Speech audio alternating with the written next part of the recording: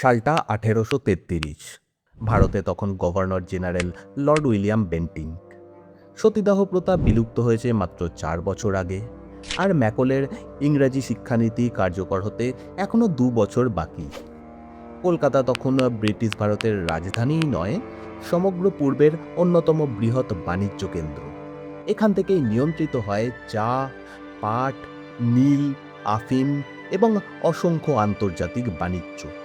কিন্তু এত বিশাল বাণিজ্য শুধু জাহাজ বা গুদাম ঘরের ওপর নির্ভর করে চলতে পারে না।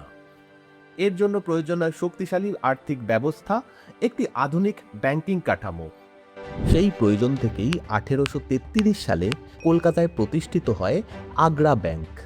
ইউরোপীয় পুঁজিতে গড়ে ওঠা এই ব্যাংক ভারতীয় এবং ব্রিটিশ ব্যবসায়ীদের আর্থিক লেনদেনের অন্যতম কেন্দ্র হয়ে ওঠে।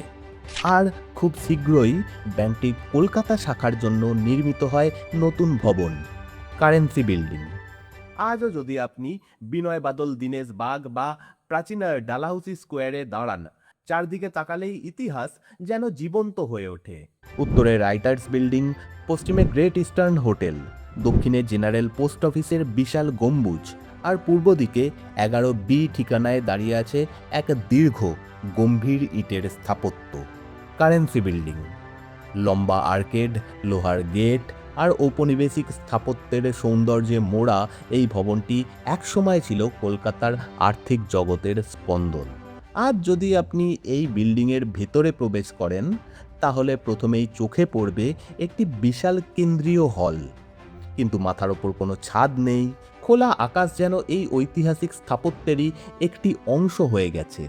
ভবনের একাংশে রয়েছে একটি স্থায়ী চিত্রকলা প্রদর্শনী, যেখানে প্রবেশের জন্য কোনো টিকিটও লাগে না। প্রথম দেখায় এটিকে হয়তো একটি সাধারণ পুরনো ভবন বলেই মনে হবে, কিন্তু এর প্রতিটি ইট, প্রতিটি খিলান এবং প্রতিটি স্তম্ভের সঙ্গে জড়িয়ে রয়েছে প্রায় 2 শতাব্দীর ইতিহাস।